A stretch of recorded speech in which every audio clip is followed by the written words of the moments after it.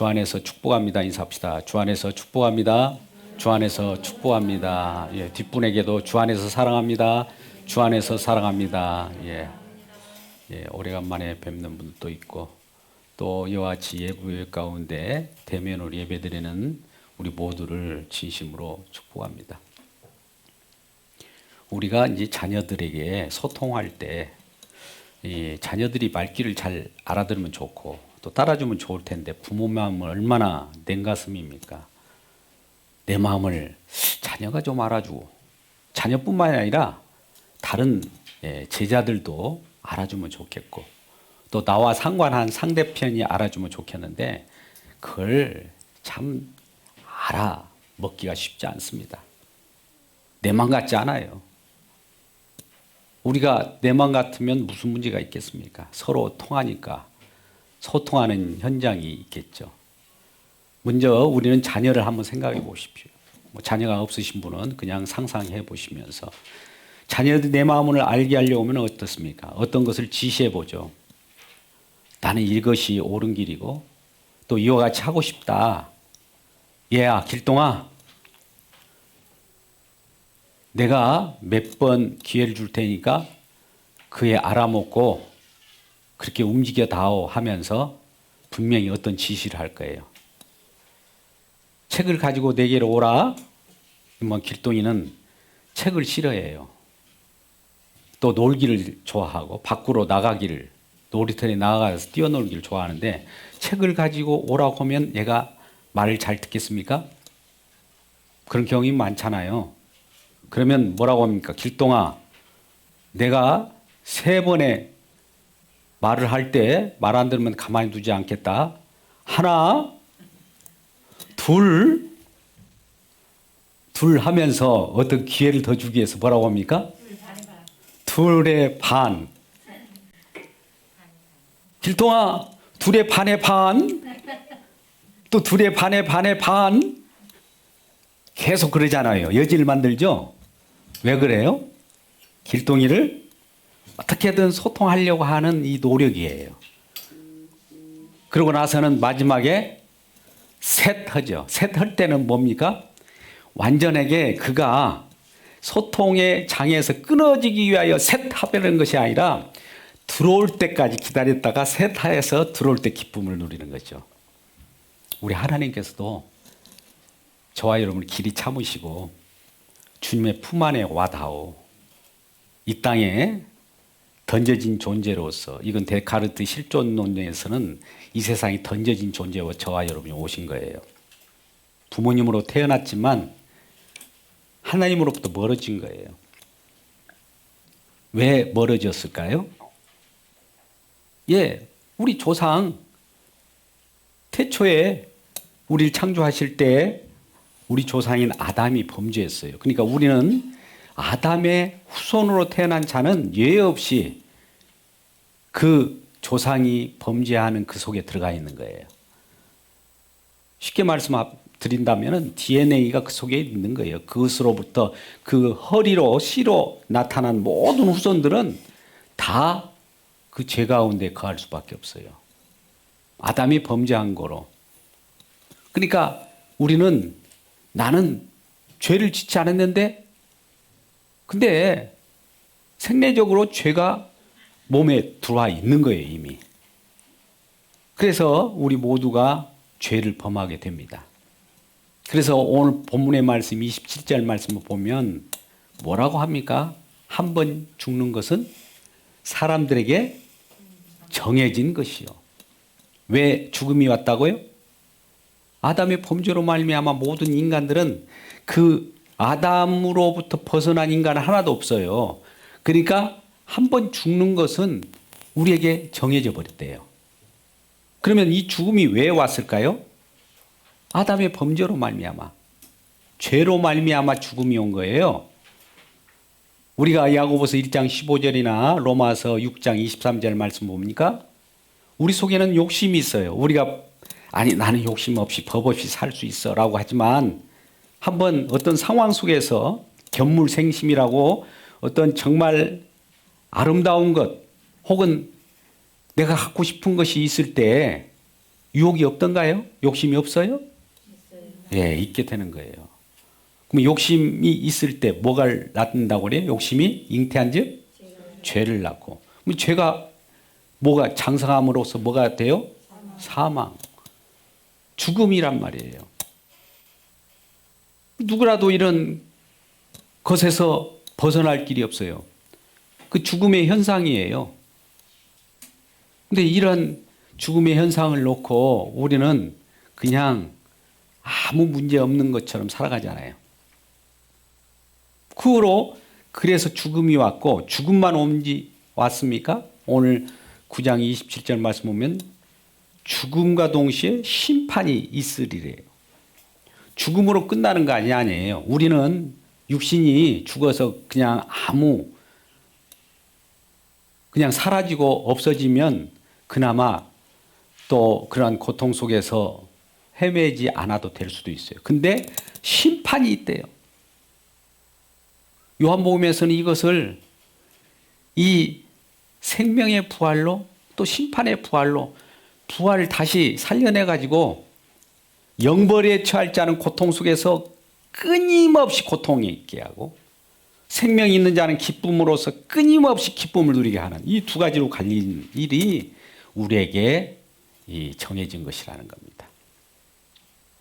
자, 이럴 때 우리는 이러한 내용을 하나님의 말씀으로 받았을진데 이러한 말씀을 간과하고 예배해버리고 우리가 지금 바쁜 일에 몰입해 있다면 정신없이 거기에 집중해 있다면 이러한 하나님 말씀이 들릴까요? 안 들릴까요? 예, 마지막 이제 끝자락 가가지고 그때는 원통하고 후회하고 아무리 통곡한들 기회가 없는 거예요. 근데 우리 예배 가운데 나온 우리들에게는 이런 기회가 주어진 거예요. 얼마나 감사할 일입니까? 다른 사람은 아무리 귀에 그 말을 해도 듣지를 않아요. 왜 듣지 않을까요? 그 소중한 말씀이 들으면 좋겠는데 다른 일에 집중하기 때문에 그래요. 다른 게 몰입하기 때문에 이 말이 안 들은 거예요. 이 관심이 없는 거예요. 이 소중함을 모르니까.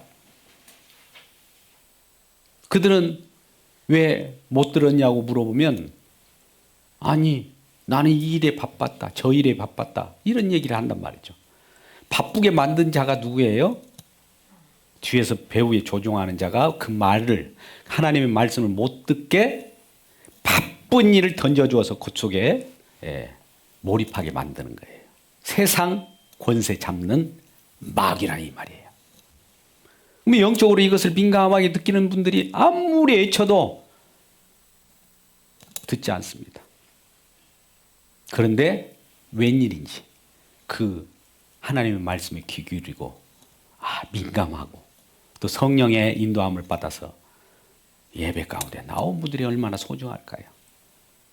말귀를 알아먹는다는 또 하나님의 말씀의 영양 양식을 우리가 주어졌을 때 그 서로 살아간다는 사람은 떡으로 살아가는 것이 아니라 여호와 입에서 나오는 모든 말씀으로 살아간다는 것을 이미 알아버린단 말이에요. 신의 지혜의 성령께서 오셔서 말씀을 깨닫게 해 주시기 때문에 알게 해 주시기 때문에 이것을 알았다는 거죠. 근데 이 말씀이 우리가 알아듣고 또 향할 때 어디를 향할까요? 어떤 말씀은 기준이 되고 어디를 향하고 있어요. 지향점이 있어요. 그것이 도달하고 나면 이제 우리는 세상 모든 것은 짐을 싸야 돼요. 그것으로 옮겨진 그러한 나라로 옮겨져 가야 하기 때문에. 그래서 지금은 종말의 시대예요.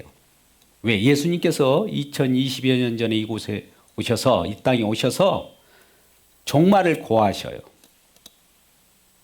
종말을 고한다는 것은 이 땅이 있을 동안 심음과 거둠, 추위와 더위, 사계절 이런 것이 땅이 있을 동안 이 세상 지금 창조된 세계가 있을 동안에만 이것이 이루어져요. 그러면 땅이 없을 그 때가 온다는 것이죠. 그때가 예수님께서 때가 왔다 하면서 이 땅에 내려오셔서 이러한 일을 뭔가 말씀이 최종적으로 이루어 가는 것에서 다 이뤘다고 선언해 버렸어요. 그러니까 이 이루어져 가는 과정 속에서 많은 이스라엘 백성들 또 많은 구원받을 백성들에게 여러 가지로 소개를 했어요. 하나, 둘, 둘의 반의 반 하면서 계속 말씀으로써 저와 여러분에게 초청해 온 거예요. 이제 셋 해버렸다 이 말이에요. 그러면 셋 속에 빨리 그 속에 들어있으면 그 소통이 이루어지고 또 우리가 단절된 관계 속에서 죽음이라고 하는 것을 우리가 경험하게 될 텐데 이 죽음으로부터 회복이 일어나요. 화목이 일어나요. 원수된 이 관계, A와 B와의 관계를 예수 그리스도의 십자가로 연결시킵니다. 그것이 타겟이에요. 말씀이 이루어진 곳에는 원수된 관계에서 그것을 바라보면 다 하나가 돼요. 아, 예수님께서는 이 세상을 하나로 통일시키려고 오셨구나. 에베소서 1장 10절에 그같이 말씀해요. 왜 통일을 시키려고 그렇게 하십니까? 아, 통일시킨 그분을 찬송하고 그분을 영광 돌리고 그분께만 감사하도록 만든 백성들이라 이거예요. 그러니까 우리는 우리를 위한 하나님이 아니라 하나님을 위한 주의 백성들이 된 거예요. 그러면 우리 욕심 같아서는 이런 생각을 할 거 아니에요. 우리를 위한 하나님이면 얼마나 좋을까? 그런데요, 여러분, 우리 주님을 위한 우리가 되었다고 하는 것은 우리 주님을 위한 저와 여러분이 되었다는 것이 더 행복하고요, 더 완벽한 거예요. 자, 우리는 나를 위한 하나님을 섬길 때 하나님은 나를 위한 하나님이면 내가 신입니까? 하나님이 신입니까? 내가 신이 되죠. 왜? 내가 더 높아요. 하나님을 수단으로 삼고 그런 하나님은 사실 진정한 하나님이 아니라 우상이에요. 그러니까 구원받기 위해서 우리가 십자가를 바라보는 것도 우상입니다. 여러분 이런 데 놀래야 되는데. 근데 우리가 십자가에서 피 흘리고 계시는 우리 주님이 우리를 바라볼 때 우리는 그 눈을 마주뵀다고 봅시다. 그러면 주님과 마주치는 그곳에 주님께서 우리들에게 호소하는 그 음성이 무엇으로 들립니까? 만약 2번 아니면 2번이에요. 보세요. 너는 내가 구원했다. 이 음성으로 듭니까? 아니면 내가 너 때문에 이와 같이 형벌을 받고 있다. 라고는 음성으로 들리십니까? 1번입니까? 2번입니까? 예. 그렇죠? 예. 예. 2번, 1번. 여러분 고민하십시오. 우리는 무엇이든지 내 좋은 대로 하나님을 믿잖아요. 근데 우리 주님의 임재가 우리에게 오면 먼저 내 자신의 실존을 드러냅니다. 너는 이러한 자였다라는 것이. 그래서 우리는 그런 자였습니까? 라고 하면서 우리 자신을 들여다보니까 죄의 심각성이 있는 거예요. 아까 같이 한 번 죽는 것은 우리에게 정해진 것인데 이 왜 이렇게 정해졌는가 죄의 심각성을 알 때 아, 나는 이런 존재였구나를 알게 되면 그 다음에 주님께서 조치한 내용이 밝히 보여요. 십자가가 밝히 보여요. 그러기 전에는 절대 십자가가 밝히 보이지 않습니다. 단지 수단으로만 잠깐 죄 사함 받는 것으로만 잠깐 우리가 이용해요. 그런 십자가는 가짜 십자가예요. 오늘날 십자가를 그렇게 전하는 사람들이 얼마나 많은지 모릅니다. 근데 십자가는요, 저와 여러분에게 피 흘리시면서 우리 주님이 나타날 때는 내가 너를 위하여 내가 죽어야 하는 실존이다. 너는 죽었다라는 것을 먼저 선언하는 그러한 음성이 우리에게 들려져야 돼요. 그게 십자가를 만난 사람입니다. 그러면 그분이 구원의 하나님이심을 알아요. 그전에는 절대 모릅니다. 그전에는 우리는 이렇게 피상적으로 알게 되겠죠. 아, 예수님 십자가에 피 흘려 돌아가시니까 나는 구원받았어. 이런 내 욕심에 의한 그 십자가가 아닙니다. 그런 욕심마저도 십자가는 완전 우리를 정과 욕심을 못 받게 해요. 그런 종교적인 그러한 구원받으려고 하는 욕구마저도 십자가가 정죄한단 말입니다. 이런 십자가예요. 그동안 우리는 어떻게 십자가를 바라보고 알아왔습니까? 자, 오늘 본문의 말씀이 23절부터 28절 말씀을 보는데요. 18절부터 22절의 말씀이 언약의 피에 관한 내용이 나옵니다. 자, 이 말은 뭐냐면 모세가 구약에서는 이 계명을 먼저 줬어요. 시내산에 올라가서 아버지로부터 여호와로부터 십계명을 받았잖아요. 그것을 가지고 이스라엘 백성들에게 이러한 계명을 받은 내용을 선포해 주니까 이 이스라엘 백성들이 이 계명을 어떻게 받아들입니까? 우리가 준행하겠습니다. 막 이렇게 이 말씀을 받는 거예요. 준행함으로써 뭔가 얻으려고 하는 그런 것이 있었죠. 계명을 주니까 우리가 준행하겠습니다 라고 해요. 출애굽기 24장 7절 8절 말씀 보면 또 오늘 또 그와 같은 맥락에서 이 히브리서 이 말씀 18절에서 22절 말씀 같으면 그러한 언약의 책을 이렇게 낭독하니까 그걸 우리가 지켜내겠습니다 라고 하는 거예요. 인간으로부터 출발한 말씀을 바라보는 입장이에요. 인간으로부터 출발한 말씀이에요. 인간이 바라보는 말씀이란 말이에요. 말씀을 본인들이 지켜서 복을 받겠다는 거예요. 일반적이잖아요, 우리도. 근데 이 내용을 가지고 그래? 그러면서 언약식을 하면서 피를 뿌립니다. 자, 계명의 말씀을 받았어요? 언약식 낭독한 그 내용 책을 받았어요? 그러고 나서 피를 뿌리는데 백성들에게도 피를 뿌려요? 우슬초로? 또 언약 계명에도 피를 뿌립니다. 왜 피를 뿌릴까요? 이 말씀 잘 들어보십시오. 피의 이 의미를 알면 우린 복음을 아는 거예요. 계명을 줬어요. 그리고 이것을 우리가 준행하겠다고 하는데 피를 뿌려요. 왜요? 계명을 주는데요. 그 계명을 하나님 여호와께서는 미리 알고 있어요. 이스라엘 백성들이 못 지킬 것을 알고 있단 말이에요. 저와 욕심이 말씀을 못 지킬 것을 알기 때문에 못 지키면 뭐예요? 저주예요. 심판이에요. 죽음이에요. 그러면 저주 속에 죽음 속에서 피가 뿌려지지 않으면 어떤 일이 벌어질까요? 다 사망이고 심판입니다.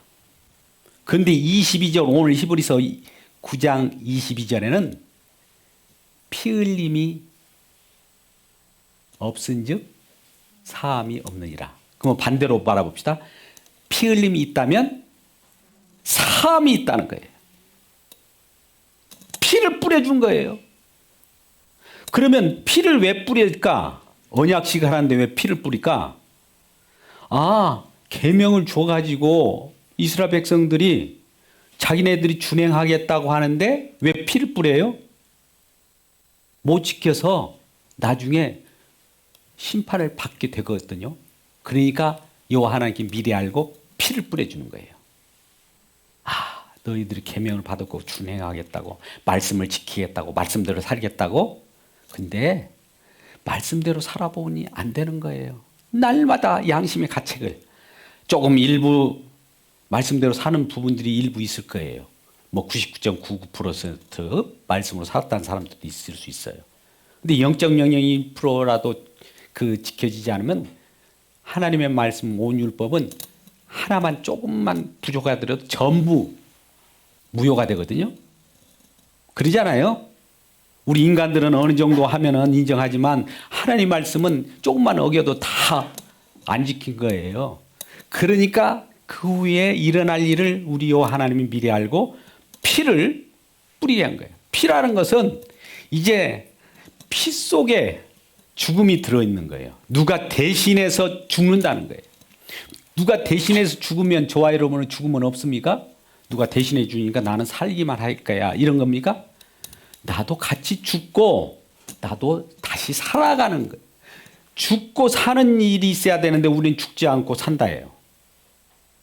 이런 성경은 잘못된 거예요. 한쪽 복음이에요. 우리 주님이 우리와 저와 여러분을 위하여 대신 죽었다는 것은 주님이 함께 저와 여러분의 죄를 통해서 같이 죽고 대신 죽더라도 저와 여러분과 함께 죽은 거예요. 그리고 살아난 거예요. 그러니까 저와 여러분은 죽었다라는 거예요. 그러니까 피를 흘렸다는 것은 결과적으로 우리는 죽었다라고 하는 거예요. 십자가를 바라볼 때 우리는 그러면 피를 흘렸잖아요. 예수님께서. 그러면 우리는 뭘로 바라봐야 합니까? 우리는 죽었네라고 먼저 우리 자신이 그런 고백이 나와야 돼요. 내가 죄인 맞습니다. 이런 고백이 나와요. 이 고백이 안 나오고 그냥 나는 살았어. 이거는 실제로 산 것이 아니라 자기 체면이에요. 최면. 산 것처럼 느껴질 뿐이지 실제로 산 것은 아닙니다. 그러니까 이런 성도들을, 이런 교인들을 만들어낸 데가 요날 종교 시장인 교회라 이 말이에요. 왜 이런 성도를 만들었습니까? 이 성도가 아닌 거예요. 그래서 먼저 십자가를 바라볼 때 예수님의 피를 흘리시면서 언약의 피를 흘리시면서 우리들에게 음성으로 우리에게 맞닿는 그 음성은 나는 죽었다라는 거예요. 그것이 오늘 9장 27에 우리는 이미 정해진 거잖아요. 죽었다라는 것이 정해졌다고 하잖아요. 이 말씀과 맥을 같이 하고 이제 심판이 이루어지겠죠. 그런데 이러한 것들 때문에 피를 흘려야 우리가 살아요. 근데 이 구약 때는 우리를 대신해서 여러 짐승들이 제물이 되어가지고 피를 흘리셨어요. 피를 흘렸어요. 양과 염소, 송아지가 피를 흘렸어요. 그래서 그러한 제사를 지냈죠. 성막을 통해서, 성전을 통해서 그러한 하늘에 있는 것들의 모형으로 하늘에 있는 것을 이 땅에서 실행한 거예요. 모세를 통해서 하늘의 식양을 본떠서 모형을 만들어서 하늘에서 하는 것처럼 그냥 여겨준 거예요. 구약 때는. 그러니까 실체가 아니에요. 그러니까 모형들 제사라고 하는 것은 하늘에서 누군가 피를 흘려야 되는데 이 땅에서는 짐승이 대신 피를 흘려주는 거예요. 제물도 누군가 하늘에서 제물이 되신 분이 계시는데 이 땅에서 짐승이 대신 어린 양이 대신 제물이 된 거고 제사장도 하늘에 제사장이 있는데 이 땅에 제사장 아론의 반차를 통해서 제사장이 세워진 거예요. 그러니까 이 땅에 있는 것들은 모형이에요. 하늘에 있는 것들을 나타내는 그림자. 실체는 아니고 완벽한 것은 아니고 불완전한 거예요. 그러니까 불완전할 때 제사를 지어낸다면은 제사를 불완전할 때는 계속 죄를 질 때마다 계속 제사를 지내야 할까요? 죄를 질 때마다 제사를 안 지내고 한 번만으로 끝날 수 있을까요?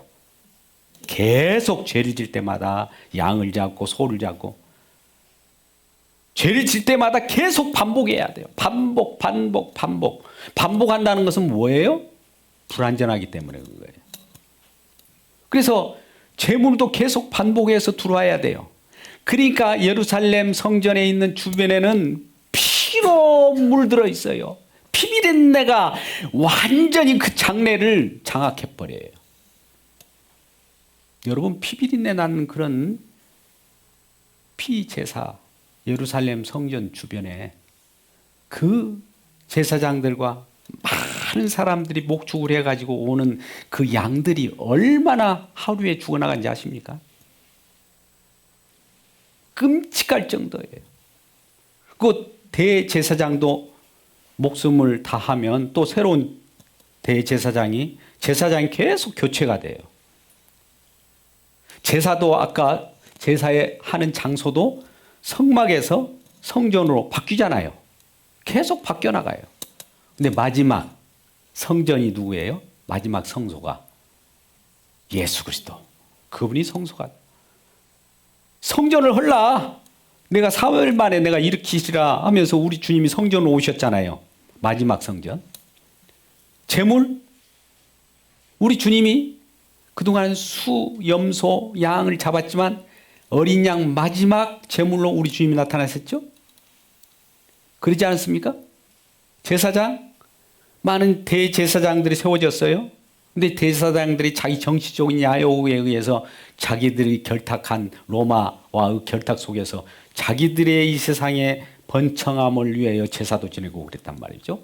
근데 진정한 대제사장이신 그분이 대제사장으로 오셔서 중보자로서 하늘과 땅을 연결하는 그 일을 하게 되는 것이죠. 구약에서는 사닥다리로 우리에게 보여준 그 대제사장 예수 그리스도. 제물이 준비되었습니다. 대제사장이 준비되었습니다. 성전이 준비되었습니다. 그러니까 이것은 하늘에 있는 제사예요. 근데 이 땅에 있는 제사는 불완전하기 때문에 계속 반복해야 돼요. 근데 하늘에 있는 것은 이것이 어떻게 이루어지냐. 마지막에 오늘 25절 말씀 하반절 보십시오. 히브리서 9장 25절 하반절 보면 대제사장이 해마다 다른 것 피로써 성소에 들어가는 것 같이 자주 자기를 드리하고 하실지니 26절 25절 26절 그리하면 그가 세상을 창조한 때부터 자주 고난을 받았어야 할 텐데 이제는 자기를 단번에라는 건 뭡니까? 이제는 더 이상 이런 반복되는 제사가 필요 없다는 거예요. 단번에 제물로 드려서 세상 끝에 마지막, 세상 끝이라는 것은 이제 마지막이라는 거예요. 더 이상 없다는 거예요. 세상 끝에 나타나셔가지고 종결시키는 거예요. 왜 이렇게 했을까요? 하반절 보니까 죄를 없게 하시려고. 저와 여러분 죄 때문에 고통하고 죽음이 왔잖아요. 심판이 왔잖아요. 그러니까 이 마지막 때 오셔서 제물로 마지막 영단번 이상 더 없어요. 더 이상 제사가 없어요. 우리는 예배로 드리는 거예요. 이 제사는 다 끝난 거예요. 하늘에 우리 주님께서는 직접 올라가십니다. 하늘을 성소 삼아서 직접 부활 승천하셔서 이 성소에 들어간 거예요. 그래서 우리 주님께서 완전히 종결지고 끝장내고 완성했다. 하늘과 이 땅을 연결하는 그곳에서 완성했어요. 하늘 세계와 이 땅의 세계가 그동안엔 죄로 막이 쳐서서 하늘 세계의 내용을 아무리 들어도 못 알아들었는데 이제 하늘과 이 땅이 연결된 거로 하늘 세계의 내용이 우리 속에 들어와요. 하늘의 말씀이 우리의 생명의 말씀으로 들어왔어요. 하늘과 끊어진 거로 하나님과의 단절 속에서 우린 죽음이 왔는데 하늘과 땅이 연결됐어요. 제사로, 영단번의 제사로 단번에 마지막 끝에 나타나셔서 무슨 일을 이루셨어요. 우리 주님께서. 그리스도께서 완벽하게 온전하게 부족함이 없도록 또 반복될 필요가 없고 완벽하게 이루셨다 이 말이에요. 그래서 이러한 은혜가 우리에게 임할 때 우리 주님께서는 우리의 영광의 주님이 되시고 또 이러한 우리 주님께서 이루신 내용들을 우리가 받아들일 때 이제 더 이상 반복되는 필요가 없어요. 우리 주님 한 분만을 그대로 받아들이고 믿으면 우리에게는 이제 구원의 주로 나타납니다. 28절 보겠습니다. 이와 같이 그리스도로 많은 사람의 죄를 담당하시려고 단번에 들이심 받으셨고 구원에 이르게 하기 위하여 이와 같이 하셨다는 거예요. 근데 이제 28절 하반절 보면 죄와 상관없이 이제 두 번째 나타납니다. 두 번째 나타난 것은 우리 주 예수 그리스도께서 두 번째 언제 나타날까요? 재림주님. 주님께서는 죄와 상관없이 재림주로 나타날 때는 우리를 구원하시려고 나타난 것이 아니에요.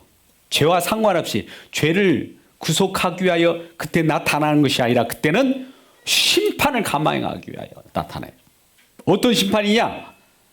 그 전에 내가 십자가에서 피 흘려 모든 단번에 마지막으로 다 제물이 되었건만 너희들이 나를 믿지 않았어? 믿지 않았으면 영원한 심판.